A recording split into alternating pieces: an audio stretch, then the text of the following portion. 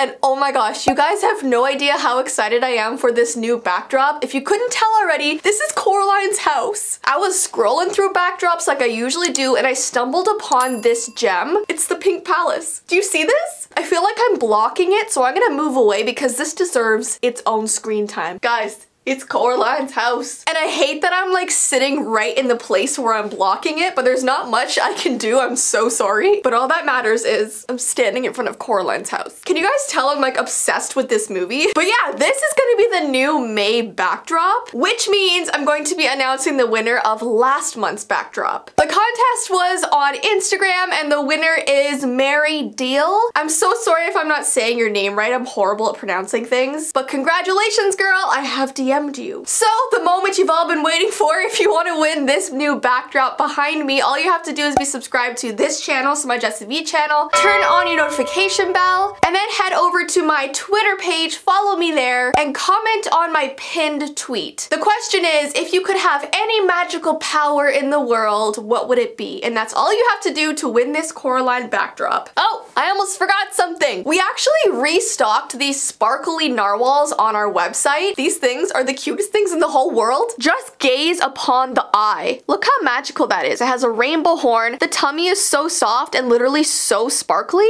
and it comes in pink. So these have just restocked and the link is down below in the description. So without further ado, let's jump right into today's video. As you can tell by the title, we're talking about Mr. Potato Head. Yes, it's weird, but it's very interesting. Mr. Potato Head is an American toy consisting of a plastic model of a potato, which can be decorated with a variety of plastic parts that can attach to the main body. These parts usually include ears, eyes, shoes, a hat, a nose, a mouth. He's also a supporting character in the Toy Story franchise. But the Toy Story movies are not what we're going to be talking about today. We're going to be discussing the actual Potato Head toy. Because believe it or not, he didn't always look like this friendly character that we all know. The vintage old version of him was actually super creepy. I would even go as far as to say nightmare inducing. So we're gonna be going into the history and then the creepier facts. In 1949, an inventor and designer named George Lerner came up with a revolutionary idea, a toy that children could design themselves. His toy came bundled as a set of plastic body parts that were attached to pins. And the crazy part is children would have to decorate an actual potato, like a potato from your cupboard you would take out and decorate with all these body parts. So the original Mr. Potato Head wasn't plastic. You had to use your own potato. And I honestly think that's partly where the creepy factor comes in, because if you look at old photos of kids decorating their potato, it looks really weird and just off. Now, even though this inventor came up with this cool idea, it wasn't doing very well at first because no one was buying it. This is mostly because the toy came out around World War II and people had to ration their food, so using a potato as a toy just seemed like a waste. People wanted to eat their potatoes because they didn't have a lot of food to share around. So a toy potato just didn't seem like a realistic thing for that time around the war. So instead, he sold his idea to a cereal company who put the plastic body parts into the cereal boxes as prizes. But finally, in 1951, it went from just being a cereal prize to an actual full-size toy. And then in 1953, they decided to give Mr. Potato Head an actual family, which sounds so weird to say. So you guys know there's Mrs. Potato Head, and he also has some kids. I believe their names are Yam and Spud.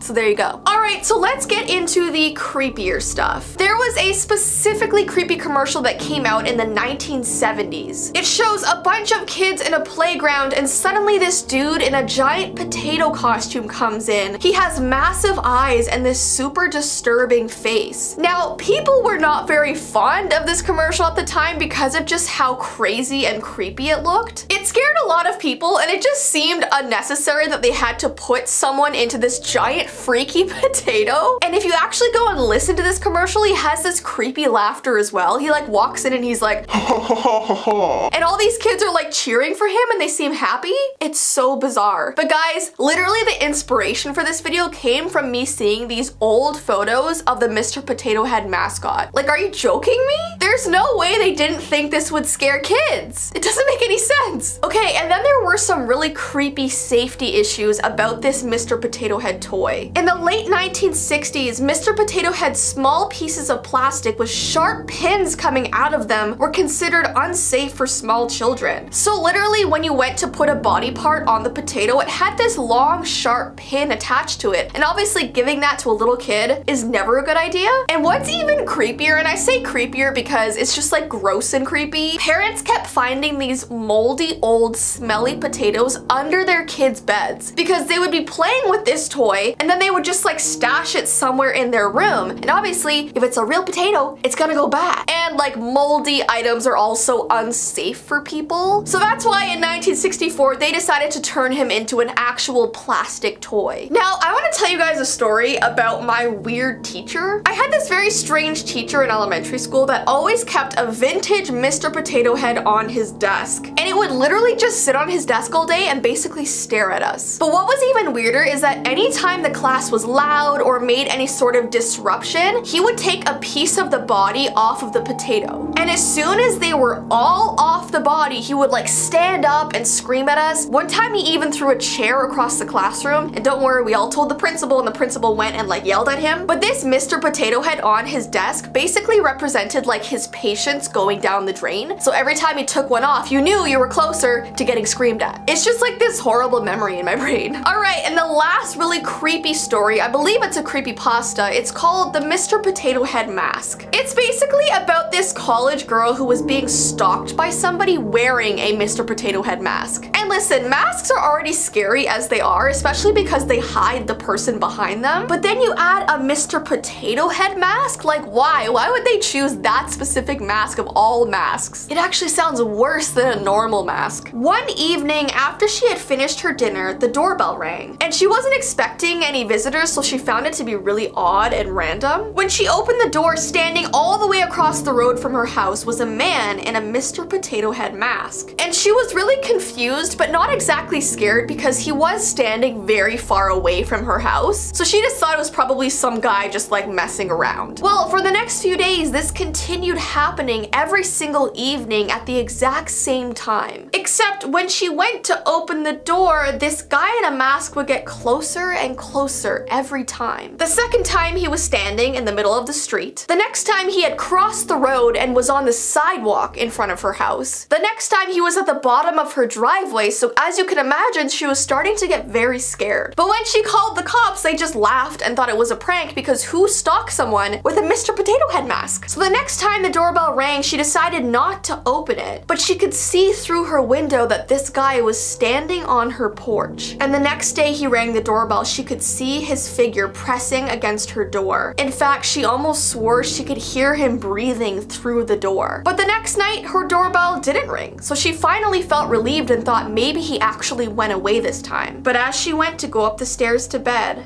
there he was, standing at the very top of the stairs looking down at her with that stupid mask on. And that's basically how the story ends. Obviously this is some sort of creepypasta because if something happened to her, she couldn't like write the story, you know what I mean? But I still thought it was super creepy and I wanted to include it in this Mr. Potato Head video because it fit with the theme. But anyways guys, that's all we're gonna be talking about today. If I missed any cool or creepy facts, definitely comment them down below. And if you want me to continue this nostalgic series, give this video a thumbs up and let me know. And don't forget about the narwhals, the link is down below in the description. But I hope you guys have an awesome rest of your day and I will see you in my next video. Bye!